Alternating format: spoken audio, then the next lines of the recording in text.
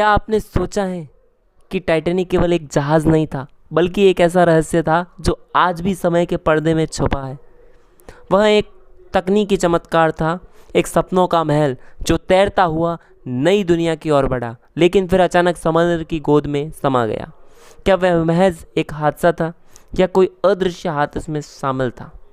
इस कहानी में हम टाइटैनिक की शुरुआत से लेकर डूबने तक की हर परत को खोलेंगे और साथ ही उठाएंगे ऐसे सवाल जो आपको सोचने पर मजबूर कर दें।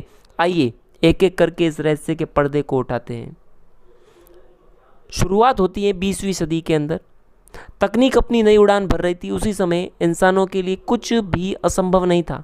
1907 में व्हाइट स्टार लाइन के डायरेक्टर जे ब्रूस इस्मे ने जेपी मॉर्गन के साथ मिलकर दुनिया का सबसे बड़ा जहाज बनाने का सपना देखा। उन्होंने सोचा क्यों न ऐसा जहाज बनाया जाए जो न केवल सुरक्षित हो बल्कि विलासिता की मिसाल बने।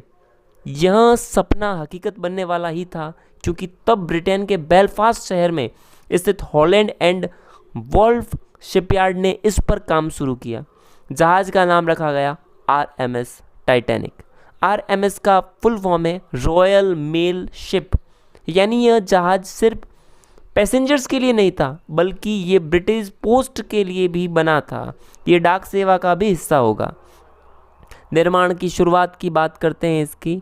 टाइटैनिक का निर्माण 31 मार्च 1909 को शुरू हुआ। 3000 से अधिक मजदूरों ने मिलकर इसे तैयार किया। इसका ढांचा इतना बड़ा था कि शिपयार्ड में विशेष डाक तैयार करना पड़ा। जहाज की लंबाई 882 फीट, ऊंचाई 175 फीट और वजन 46,328 टन। इसे 3 कैटेगरीज में बांटा गया, फर्स्ट क्लास, सेकंड क्लास और थर्ड क्लास। फर्स्ट क्लास में रईसों के लिए बाथटब, स्विमिंग पूल, जिम, तुर्की बाथ और कैफे पेरिसियन जैसी सुविधाएं थी। सेकंड क्लास में सभ्य जीवन और पर्याप्त आराम था, जबकि थर्ड क्लास गरीबों और प्रवासियों की उम्मीदों का कोना। लेकिन निर्माण में कई बार देरी हुई, खास तौर पर इसलिए क्योंकि ओलंपिक पहले ही दुर्घटनाग्रस्त हो गई थी। ओलंपिक की बात करें तो ओलंपिक टाइटैनिक जो है उसी की बहन है, यानी कि ये भी एक शिप है जिसका नाम था ओलंपिक और इसे टाइटैनिक की बहन कहा गया। क्या ये पहली चेतावनी थी, एक अपशकुन? क्या कुछ लोग पहले से जानते थे कि कुछ गलत होने वाला है? बात करते हैं इसकी पहली यात्रा की। 2 अप्रैल 1912 को टाइटैनिक ने ट्रायल रन पास किया। सब कुछ परफेक्ट था, या शायद ऐसा दिखाया गया। 10 अप्रैल 1912 टाइटैनिक ने इंग्लैंड के साउथहैम्पटन बंदरगाह से रवाना होकर शेरबर्ग, फ्रांस और क्वींसटाउन आयरलैंड से होते हुए न्यूयॉर्क की ओर कूच किया। जहाज पर 2224 लोग सवार थे। इनमें कर्मचारी, यात्री और चालक दल शामिल थे। फर्स्ट क्लास में John Jacob Astor fourth, Benjamin Guggenheim, Isidor Straus जैसे उस समय के सबसे अमीर और प्रभावशाली लोग सवार थे। तीसरे दर्जे में आयरलैंड, पोलैंड और इटली जैसे देशों में आए लोग थे जो अमेरिका में नई जिंदगी शुरू करना चाहते थे। लोगों की आंखों में चमक थी, दिलों में उम्मीद थी। उन्हें नहीं पता था कि यह सफ़र उनकी ज़िंदगी का आखिरी सफ़र होगा, लेकिन क्या कोई ऐसा सोच सकता है? आपको पता है, रहस्यों से घिरी रात। 14 अप्रैल 1912 रात का समय था। ठंडी हवा बह रही थी। समंदर एकदम शांत था, एक रहस्यमयी शांति। रात 11:40 एक आइसबर्ग टाइटैनिक से टकराया। चेतावनी दी गई थी, पर जहाज की रफ्तार कम नहीं की गई।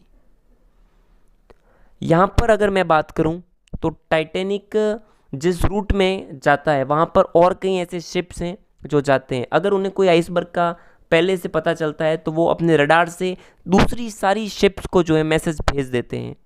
तो टाइटैनिक को 1-2 चेतावनी मिली, पर फिर भी टाइटैनिक ने जो है इसे इग्नोर किया, नॉर्मल समझा और 11:40 पर टाइटैनिक जो है जाकर आइसबर्ग से टकरा जाता है। कई लोग कहते हैं वो आइसबर्ग अचानक सामने आया, कुछ कहते हैं चेतावनी पहले ही दे जा चुकी थी, फिर क्यों नहीं रोका गया। टक्कर के बाद कई कमरों में पानी भर गया। उसके 5 कंपार्टमेंट्स थे, उसके अंदर सब में पानी भर गया। लोगों ने सोचा कि नॉर्मल है टाइटैनिक के लिए ये सब, पर जब तक लोग कुछ करते हैं तब तक पानी कंपार्टमेंट्स में आ चुका था। लोगों को शुरुआत में समझ नहीं आया। म्यूजिक चल रहा था, लोग नाच रहे थे। 12 बजे कैप्टन स्मिथ ने सभी को जगाने के आदेश दिए, पर तब तक बहुत देर हो चुकी थी। लाइफ बोट्स तैयार की गई लेकिन सिर्फ 20 थी और उनमें भी शुरुआत में पूरी क्षमता तक लोगों को नहीं भरा गया। कई महिलाएं और बच्चे तो चढ़े पर पुरुषों को पीछे रोक दिया गया। अमीरों को प्राथमिकता दी गई। बेंजामिन गोगेजिमैन ने अपनी पत्नी को बैठाया और खुद टुक्सेडो पहनकर मरने का इंतजार किया। We are dressed in our best and prepared to go down like gentleman, ऐसा उन्होंने कहा। रात 2:20 पर टाइटैनिक पूरी तरह डूब गया। समंदर ने एक इतिहास निकल लिया। बचाव और बची कहानियां। आसपास का जहाज आरएमएस कारपाथिया सुबह 4 बजे पहुंचा और 705 लोगों को बचाया। बाकियों की किस्मत समंदर में दफन हो गई। पर सबसे चौंकाने वाली बात, एसएस कैलिफोर्नियन पास में था फिर भी मदद नहीं की। क्यों? वायरलेस ऑपरेटर सो रहा था या जानबूझकर अनदेखा किया गया? यह आज भी सवाल है। कई लोग मानते हैं कि इसमें किसी साजिश का हाथ था। हो सकता है टाइटैनिक की जगह उसका जुड़वा जहाज ओलंपिक भेजा गया हो बीमा क्लेम के लिए। कुछ रिपोर्ट्स के अनुसार टाइटैनिक में फेडरल रिजर्व के खिलाफ सोच रखने वाले इंडस्ट्रियल लिस्ट जो थे उनको शामिल किया गया था। क्या यह एक साफ सफाया था? क्या कोई ताकत नहीं चाहती थी कि वो लोग अमेरिका पहुंचे?